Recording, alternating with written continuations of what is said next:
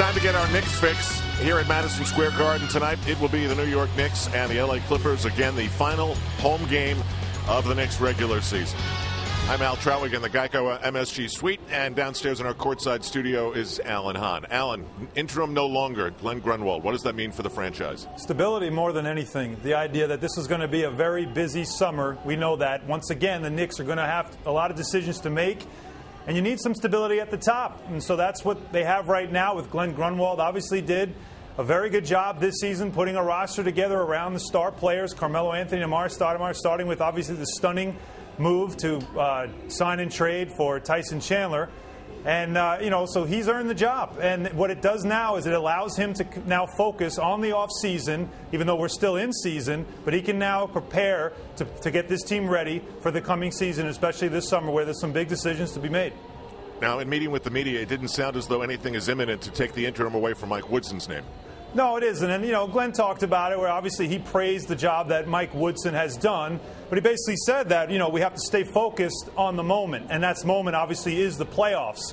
And so that's something that I think they will address when the season is officially over, whenever the playoffs does end. Now, that does put some pressure on Mike Woodson, where it basically says that, they're 16-6 right now since he's taken over as head coach.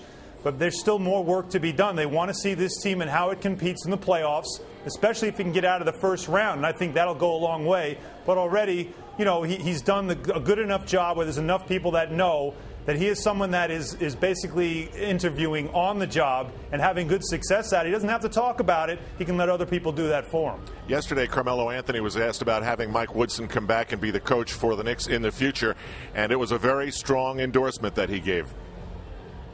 Just to see what he's brought to our team, the confidence that he distilled into everybody, the belief that he has in everybody, and just his coaching style, the way he coached, kind of a hard-nosed coach.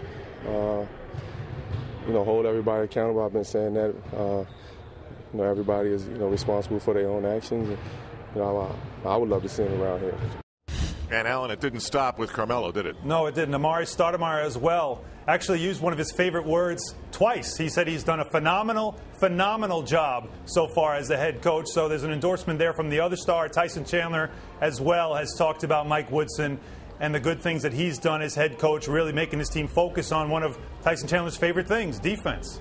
All right, Jeremy Lin returned to the practice court. Is this just normal progression, or is he ahead of schedule? No, he's right on schedule. This is 3 weeks now since the surgery, and this is what he should be doing. He started jogging on Sunday a little bit. People can't get too excited about this because it's really just how this rehab is going to go. He starts to run a little bit. He actually took a couple of shots this morning. Didn't move very quickly or even that impressively, but that's, it's to be expected. It's only been 3 weeks since the surgery.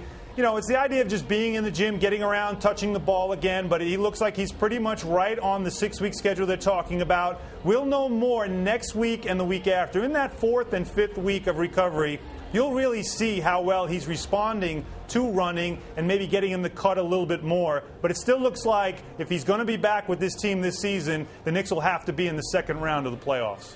Now, with Blake Griffin in Madison Square Garden tonight, with the way he dunks, it seems logical to me that the league-wide reaction would be what he's been getting, and still he doesn't seem to like it at all. Well, look, he's really developed a reputation as one of the league's most devastating dunkers and a human highlight film, of this generation. And we saw it all started last year against the Knicks and that dunk against Timothy Margot. And Amar'e Stoudemire was very impressed by it. But the rest of the league, not so impressed by it. Andre Miller took exception to it. Some very physical play. And, I talked to Amar'e Stoudemire yesterday at practice about it. He went through it as a young player, and he can relate. Hey, man, I've been there. We all, as bigs, as dominant bigs who attack the rim, we all have been there before. And you're going to get hit. Players don't like, when you dunk on guys. That's just how it is. And when you're that athletic, teams are going to put that, put a little more pressure on you. They take it as a sign of respect. They can't guard you, so they're just trying to hurt you or hit you. You know what I'm saying? So you just got to take it as a sign of respect. That's my style of play. And I played even harder and much better when that happened. So I'm not sure Blake's that kind of guy, but I wanted problems. That's what I wanted. You know what I mean? So we'll see how he reacts to it. And it'll be interesting to see how Amar'e reacts if we do get one of those big dunks tonight. Yeah, it will be, but I don't know if this will be a very physical game. You know, again, the Clippers aren't really playing for much at this point. Knicks are obviously still shooting for 6th place. And by the way, Al, Jeremy Lin meeting with some fans over my shoulder here, so we see he's up and walking around, but we don't see him on the court. Let's get to the Knicks Now Pulse, Al. We're talking about actually Blake Griffin. Can the Knicks stop Lob City? Was number 3 on the fans list. And without Chris Paul, if he doesn't play tonight, now he's going to dress, but we're not sure if he's going to play, is going to change things for the Clippers. This wouldn't be a normal game, obviously, end of the season for both teams. Number 2, starting lineup. Now, again, the Knicks still are trying to play for that 6th spot. A lot depends on what happens between the Orlando Magic and Charlotte Bobcats. So I think Mike Woodson really does still want to play hard going into the playoffs instead of resting guys. He's talked about the fact that he wants to keep guys kind of playing at a high level. So I'm not sure we're going to see too much rest and too many guys sitting out like we're seeing around the league right now. And number 1, one Kelly Tripucka would love to talk about. The most valuable Mobb Deep member, and we're talking about the bench, obviously, not the rap group. And, you know, Iman Shumpert really was the one who came up with Mobb Deep. He'd be the one that would want to say he's the most valuable member, but he's become a starter now. So I think, you know, when you look at it, J.R. Smith has become the most valuable member off that bench for the Knicks of Mobb Deep. And that's what we're leaving right now out with the Pulse. Okay, if you want to talk to other Knicks fans during the game, you simply go to knicksnow.com.